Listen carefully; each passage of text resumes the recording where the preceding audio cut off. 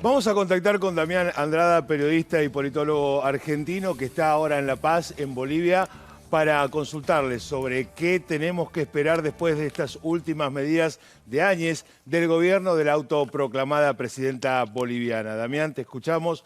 Muy buenas noches.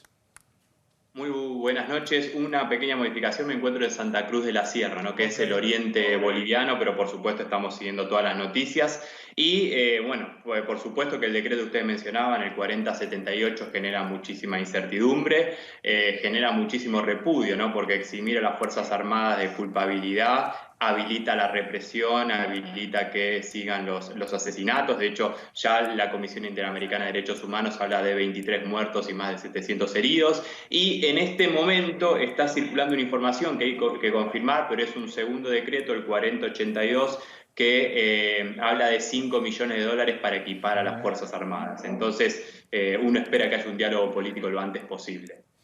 Damián, ¿qué se espera por ahora de la convocatoria de elecciones? También está circulando la posibilidad de un decreto de Áñez y en ese punto que dejaría afuera al propio Evo Morales de un próximo comicio. Así es, como bien decís, está circulando un paper, ¿no? Que hay que terminar de confirmar. Esto es lo que uno esperaba desde un primer momento, ¿no? Lo mejor sería que pudiera haber algún tipo de diálogo político con la oposición, especialmente en las cámaras de senadores y de diputados. Parece que esto no estaría avanzando y por lo tanto va a salir a través de un decreto. En el caso de la participación de Evo Morales y Álvaro García Linera, personalmente creería que sería mejor un acuerdo político. Es más, Evo Morales comentó que podría volver al país y sin participar de las elecciones para contribuir a la pacificación del país. Por el momento las partes no están negociando, ¿no? Damián, yo quiero preguntarte algo que tiene que ver más con la cuestión de fondo. Hace muchos años que sectores vinculados con la derecha, aprovechando ya que estás en Santa Cruz de la Sierra, te pregunto esto, vienen denunciando fraude por parte y ataques a la Constitución por parte de Evo Morales. ¿Qué cambió esta vez? Y déjame hacerte esta pregunta concreta. ¿Cuánto tiene que ver el hecho de un Bolsonaro en Brasil para que esto haya ocurrido? Bien, en primer lugar creo que, y como bien vos decís, yo estaba acá y desde antes de las elecciones ya se iba denunciando fraude, ¿no? Creo que un primer cambio tiene que ver con que Evo Morales no está respetando una constitución que yo denomino plebeya, una constitución que se sancionó durante su gobierno con más del 61% de los votos. En segundo lugar, con el no respeto al 21F y finalmente este órgano electoral parcializado, ¿no? Que terminaba favoreciendo a Evo Morales. Creo que todo eso, junto con el congelamiento del sistema TREP, el conteo rápido, me parece que hizo estallar y logró mucho apoyo de la sociedad, ¿no? En contra del conteo de los resultados. Eso en primer lugar.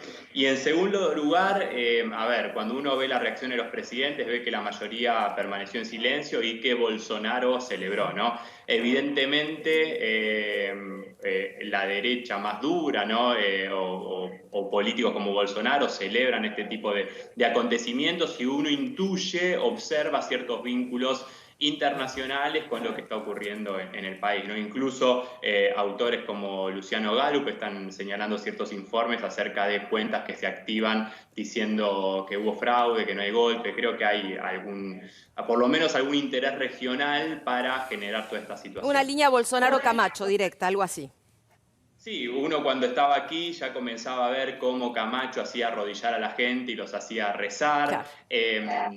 Digo, todo el uso continuo de la Biblia, la apelación a Dios, dividir entre buenos y malos, cristianos y anticristianos, digo, todo eso desembocó cuando vimos a Áñez, ¿no? Entrando con la Biblia bajo el brazo, a pesar de que el artículo 4 de la Constitución separa religión de Estado. Damián, recién hablabas de diálogo político, de pacificación. ¿Es posible en un contexto en donde se tiran mucho más que dardos, y digo dialécticamente, se habla directamente de cacería por parte de integrantes del nuevo gobierno, se escucha en las calles guerra civil? ¿En ese contexto es posible esto?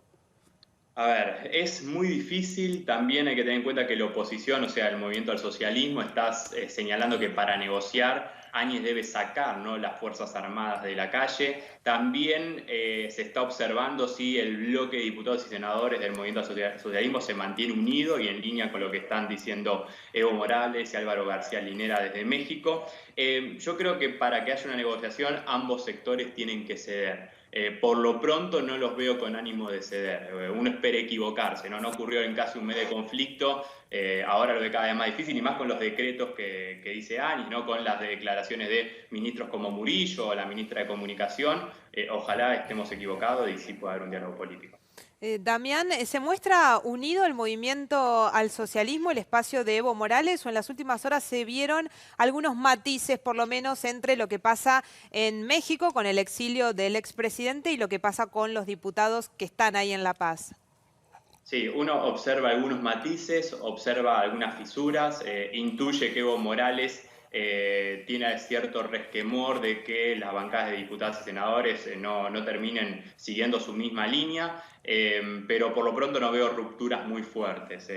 Habría que esperar qué ocurre en los siguientes días, ¿no? Porque además tengamos en cuenta también hay ministros en embajadas o consulados, es decir que el movimiento del socialismo está muy desplegado a través no solamente de Bolivia, sino con sus principales dos líderes fuera del país, ¿no? Así que por lo pronto no veo grandes fisuras, pero sí se observan algunos matices. Imaginando un escenario electoral, Damián, te pregunto, ¿qué papel va a jugar Mesa, que recordémosle a la gente fue el hombre que se opuso en la última elección y perdió, pero que tiene un 38% de los votos con Evo Morales?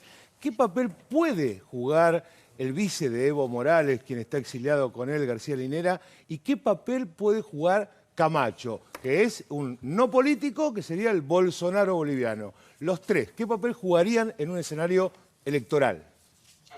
Mira, en primer lugar, yo aquí me encuentro haciendo mi tesis de doctorado, ¿no? Y hace 2 años pude hablar con él y Álvaro García Linera, me comentó que él no estaba de acuerdo con ir con una nueva reelección.